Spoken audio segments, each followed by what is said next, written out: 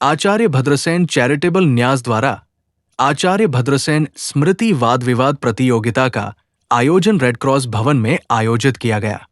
प्रतियोगिता में 14 स्कूलों के छात्र छात्राओं ने भाग लिया। प्रतियोगिता का विषय AI का उपयोग भविष्य के लिए खतरा है रखा गया था। छात्र छात्राओं ने इस विषय पर अपने पक्ष व विपक्ष पर तर्क प्रस्तुत किए गए।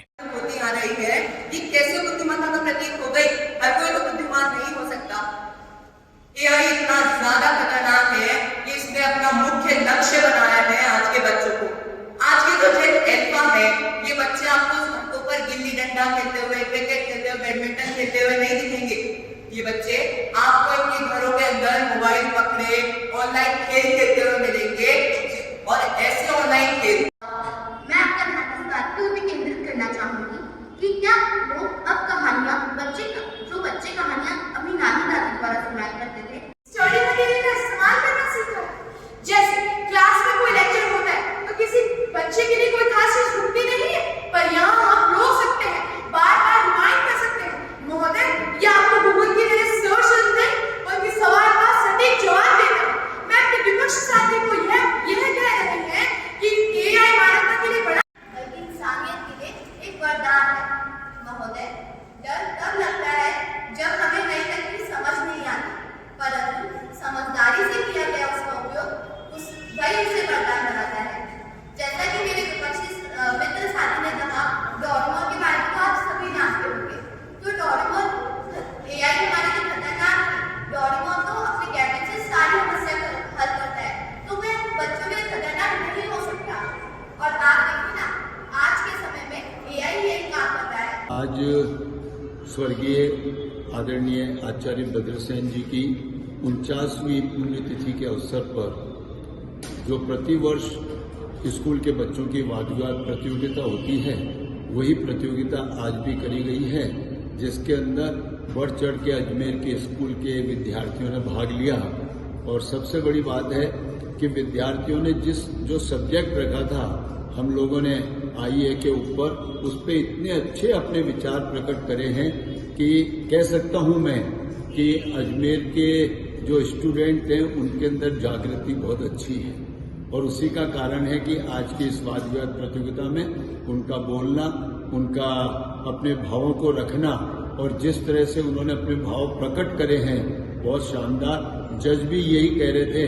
अब हमारे यहाँ आज यहाँ पे आदरणीय प्रदीप जी गुप्ता और श्रीमती पायल जी गुप्ता जज के रूप में थे, जिन्होंने अपने जजमेंट के अंदर यही कहा कि समझ में नहीं आ रहा है किसको फर्स्ट सेकंड थर्ड दिया जाए। सभी बच्चों ने बहुत अच्छा बोला है। आज की इस प्रतियोगिता और इस वाद विवाद प्रतियोगिता में जिन जिन बच्चों ने और सबने भाग लिया, उनके लिए सबका आचार्य भद्रसेन चैरिटेबल न्यास की तरफ से बहुत बहुत आभार और धन्यवाद।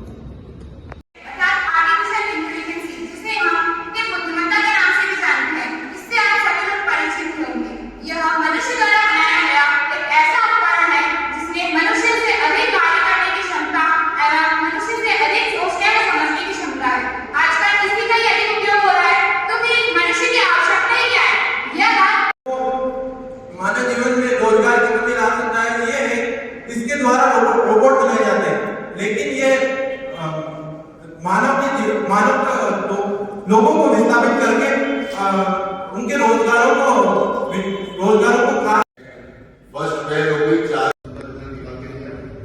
आदरणीय, तो मैं यही कहूंगा कि पूजनीय आचार्य भद्रसेन जी, मेरा सौभाग्य है कि मैं उनका सबसे छोटा सुपुत्र हूं, पर एक सौभाग्य मेरा ये है कि मैं उस व्यक्तित्व से जुड़ा हूं, उस व्यक्तित्व के परिवार का हूं जिनको 1958 के अंदर स्वर्गीय हमारे महामहिम राष्ट्रपति महोदय राजेंद्र प्रसाद जी के द्वारा राष्ट्रपति अवार्ड से सम्मानित किया गया था। आप लोगों ने कई बार पूजनीय रामदेव जी, जो कि हमारे योगाचार्य हैं और अपने आप में योग के अंदर, विश्व के अंदर भारत का नाम रोशन कर रहे हैं, उनकी वाणी से सुना भी होगा कि उन्होंने अपने प्राथमिक काल के अंदर अगर योग सीखा है तो आचार्य भद्रसेन जी की पुस्तकें पढ़ पढ़ के सीखा है। मेरे पिताश्री आचार्य भद्रसेन जी ने 39 पुस्तकें लिखी हैं, जिसमें 12 पुस्तकें सिर्फ योग के ऊपर ही हैं।